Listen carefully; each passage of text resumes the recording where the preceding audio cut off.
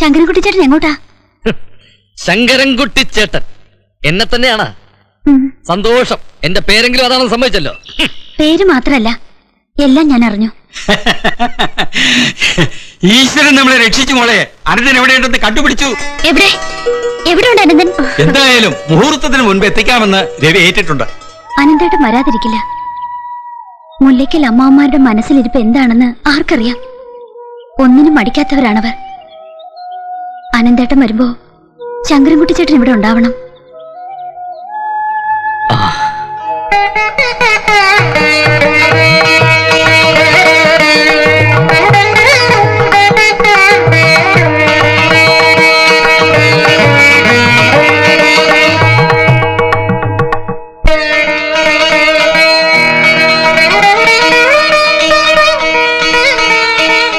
നമ്മുടെ ആൾക്കാർക്കെല്ലാം ഇവന്റെ ഈ ഫോട്ടോ കാണിച്ചു കൊടുത്തിട്ടുണ്ടല്ലോ.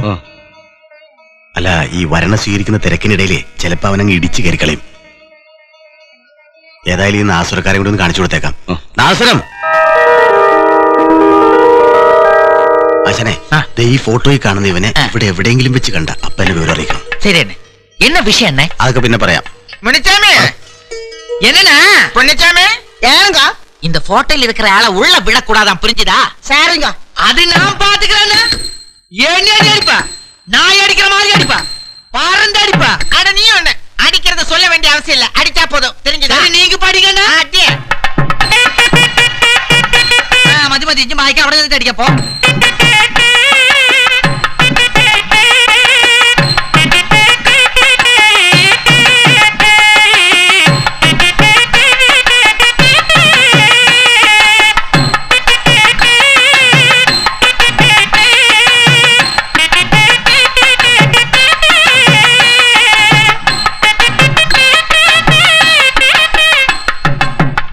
എന്താ നാദസ്വരക്കാരെല്ലാം താടിക്കാരാണല്ലോ.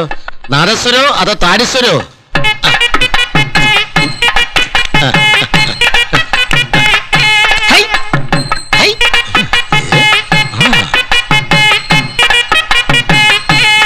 ആ മേളം കൊടുക്കട്ടെ കൊടുക്കട്ടെ.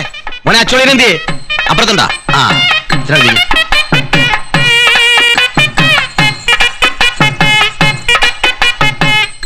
ആ വാ മോളെ.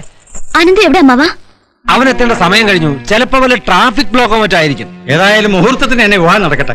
അത് നടക്കില്ലെന്ന് നേരത്തെ അമ്മാവനോട് പറഞ്ഞതല്ലേ? എന്താ മോളെ ഇത്? അനന്തനോടുള്ള കണക്ക് തീർക്കലൊക്കെ വിവാഹത്തിന് ശേഷമാകാമല്ലോ. അത് പോരാ, അനന്തു എത്തിയാലേ എന്റെ വിവാഹം നടക്കൂ.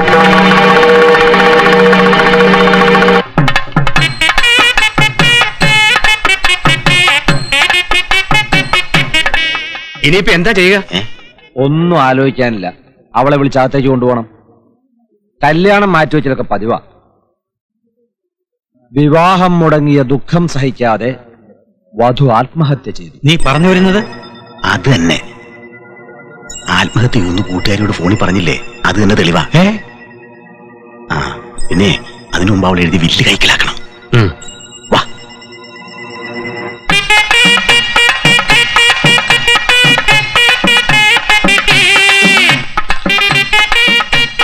അനന്ത